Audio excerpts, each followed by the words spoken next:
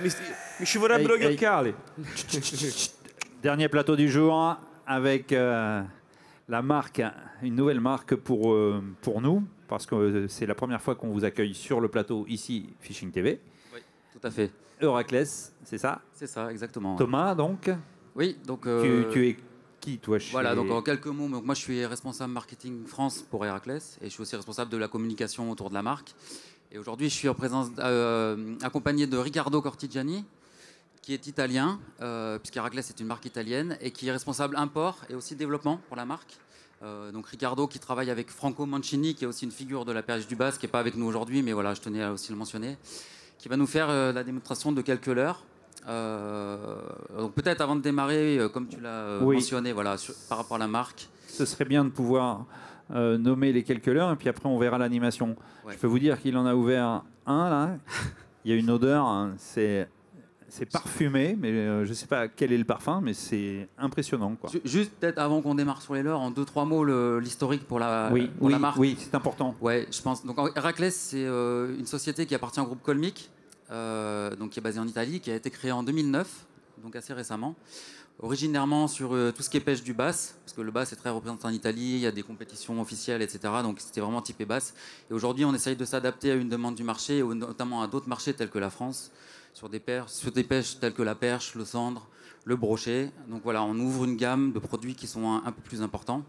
Et aujourd'hui, on a essayé de vous amener quelques produits qui sont en lien avec ces différents types de pêche et qui correspondent au marché français aussi. Donc celui que tu mentionnais, qui est d'abord, donc qui s'appelle le Ringo 65, qui est un petit leurre que je ne sais pas si vous voyez bien. Soit avec la tourelle qui est juste à côté de nous. Je vais le poser là. Voilà, tu poses sur la table et puis à mon avis il peut y avoir avec la tourelle ou je sais pas, un Robin, non c'est pas Robin, ça va être la tourelle certainement qui va nous montrer ça. Donc c'est un petit leurre de 6 cm et demi avec on voit une petite boule, une petite appendice au bout de la queue et un corps annelé qu'on utilise beaucoup en drop shot sur la perche, le basse. Donc Riccardo va vous montrer sur un montage drop shot. Avec des coloris qui sont tout à fait exceptionnels. C'est exactement, voilà, on a des coloris unis, je dirais, et on a aussi des coloris mix de couleurs, 3 couleurs, et des arômes différents. Donc là, on a un arôme fromage, c'est pour ça qu'on a une odeur assez forte sur le plateau. Génial. Voilà, c'est pas celui-ci, c'est... Attends, bouge pas, laisse ta cam aller.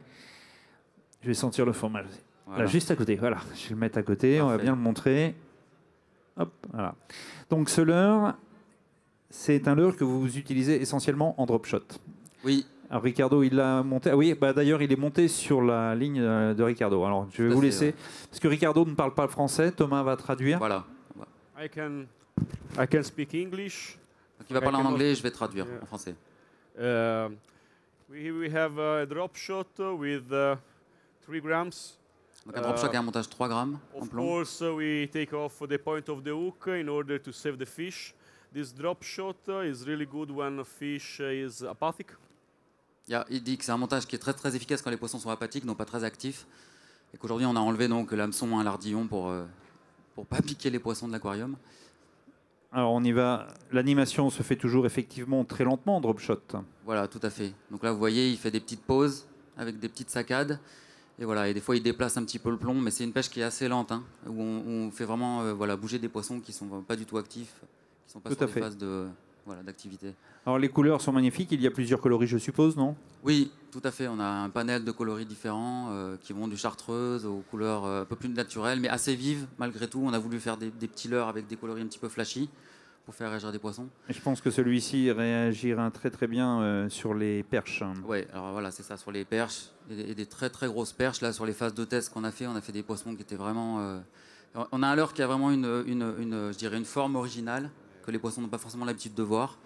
Et avec cette forme annelée là, qui va quand même créer un certain nombre de petites turbulences autour du leurre, et avec l'arôme en plus, voilà, déclencher des poissons qui sont pas forcément toujours très très actifs. Donc c'est une pêche lente, avec ce petit appendice là qui a pour effet d'exciter très souvent les poissons. Hein. Complètement. Bien. Complètement. Cette petite finesse. Ah oui, voilà. Il les attire. Notre ami champion, il est concentré sur sa technique de pêche, Riccardo. C'est ça, il est prêt au ferrage. It's possible to fishing with a jig head? Yes, il est possible de pêcher avec une tête plombée? With jig head, it's possible. I can show it to you. On va changer pour une tête we plombée. Usually use this lure for perch and for trout. but it's also good to be fished with bass. Of course, when big bass. Donc on l'utilise aussi sur la truite, j'ai pas mentionné tout à l'heure, c'est vrai qu'en trout area, on a aussi des poissons qui sont très réactifs à ce type de leurre. Sur les truites également? Ouais. Ouais. D'accord. Alors, voyez, on peut même pêcher la truite, remarquez, voilà. Oui, parce que le leurre est vraiment petit, donc on peut effectivement pêcher les truites avec. Donc là, c'est un montage sur une tête plombée classique.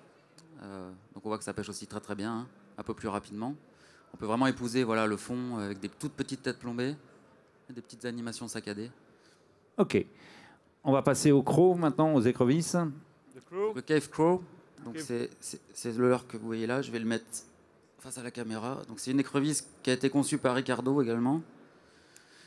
Donc il y a deux petites pattes devant et vous voyez deux petites appendices également, avec sur les côtés comme ça une imitation de pattes d'écrevisse. Donc c'est pareil, on a plusieurs coloris naturels qui vont des rouges aux teintes bleues, pailletées. Voilà. C'est un leurre assez dense qu'on peut utiliser à la fois en montage texan. Je pense que là il va nous montrer un montage texan.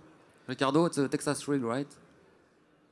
I am fishing with Texas. We can fish also with jig-head, yes. With drop shot too, because it's a finesse crawfish, and of course you can fish it walkie because in Florence we have very clear water. Ouais. Donc il dit voilà, ça s'utilise en montage texan, ça s'utilise en drop shot, ça s'utilise aussi en walkie parce que c'est une croc qui a un profil assez effilé, oui, donc c'est voilà, ce que j'ai vu, peut ouais. Vraiment s'adapter à différents types d'animation et de montage. Complètement. La matière est imprégnée ou c'est parfumé? Imprégnée d'attractants, imprégnée de sel également, ouais. Donc c'est vraiment un leurre gorgé d'attractants. D'accord. Ah, oh, il empêche, il se fiche des leurres, il empêche lui. C'est ça. Non mais. Ricardo, c'est notre competition. Hein. C'est un compétiteur, il faut savoir Ricardo. Donc Just a demonstration, please. Just a demonstration, ok. C'est compliqué, hein, je lui dis que c'est juste la démonstration, il est en technique. Alors on voit bien cette écrevisse quand même avec les pattes qui flottent.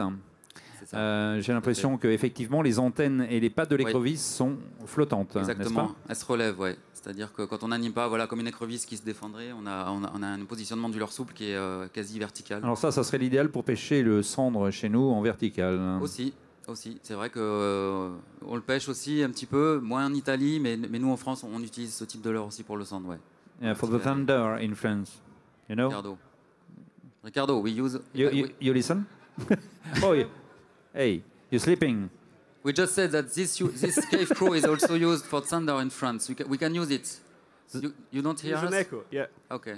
We use it for thunder too. Yeah. In it's France. very good for zander and perch too. And perch. Vertical fishing. Yes, for vertical, but also for shallow water. Dans les zones peu profondes. Dans les zones peu profondes également. On va parler du shad également, le petit shad qui est là. Oui, donc ça c'est le Shadow 85, donc qui fait 8,5 cm. Donc là on vous a montré un coloris assez flashy, donc qui est un jaune fluo avec des paillettes un peu grises, gris bleuté. On a tout un panel de coloris également avec des coloris plus naturels pour ce type de leurre et un modèle un petit peu plus conséquent. Donc là il va vous montrer sur un montage tête plombée classique. Très souple. Très souple et on voit bien la vibration du leurre en entier. Il n'y a pas simplement la queue mais vraiment tout le leurre qui vibre à la moindre animation. Donc ça c'est pareil, c'est un leurre qui est, je dirais, polyvalent. On l'utilise pour le bass, dans des coloris plus naturels. On l'utilise pour la perche bien évidemment. Voilà, la truite aussi, sur des truites en rivière. C'est un modèle qui est un peu passe-partout, je dirais. D'accord. Donc avec cette gamme qui s'étoffe pour nous au niveau des leurres, parce que Héraclès, c'est depuis 2009, tu disais c'est assez récent, mais ça fait quand même 11 ans. Oui. C'est pas si récent que ça. En France, pour beaucoup, on découvre cette marque et ses leurres. Tout à fait, oui. Alors, on va parler du dernier, juste avant de... Celui-ci, me paraît, je le garde en dernier. Pourquoi? Parce qu'il a une caudale, une faucille et des petites pattes. Et donc, il doit avoir une nage très particulière. Et c'est un leurre qui s'appelle le Left Tail Air.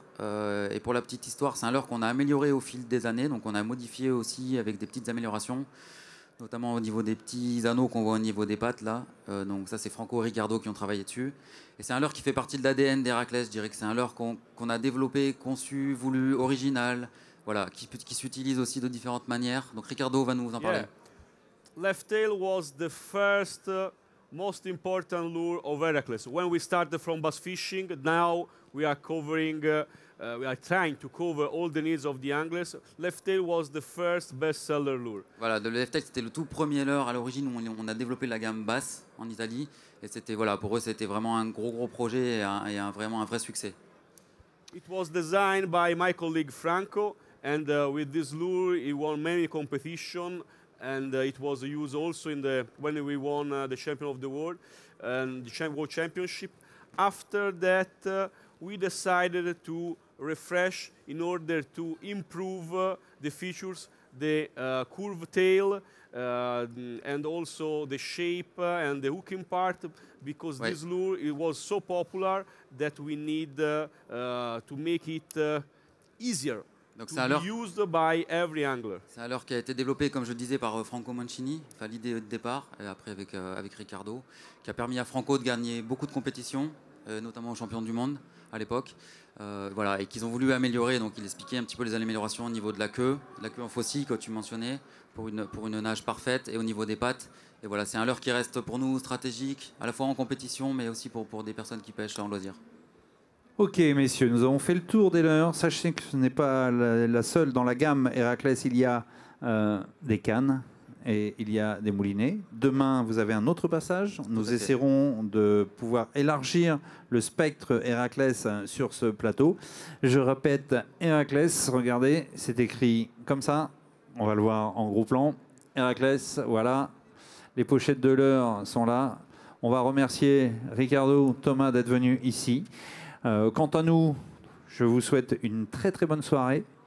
Chers internautes, vous avez été très nombreux à nous suivre. N'oubliez pas demain 14h30, Cyril Choquet sera ici présent même sur ce plateau à nouveau. Séance de dédicace demain matin, ici même à côté du plateau de Fishing TV. La régie se joint à moi pour vous souhaiter une très bonne soirée et je vous donne rendez-vous demain matin à 10h ici. Bonne soirée, à demain, bye bye.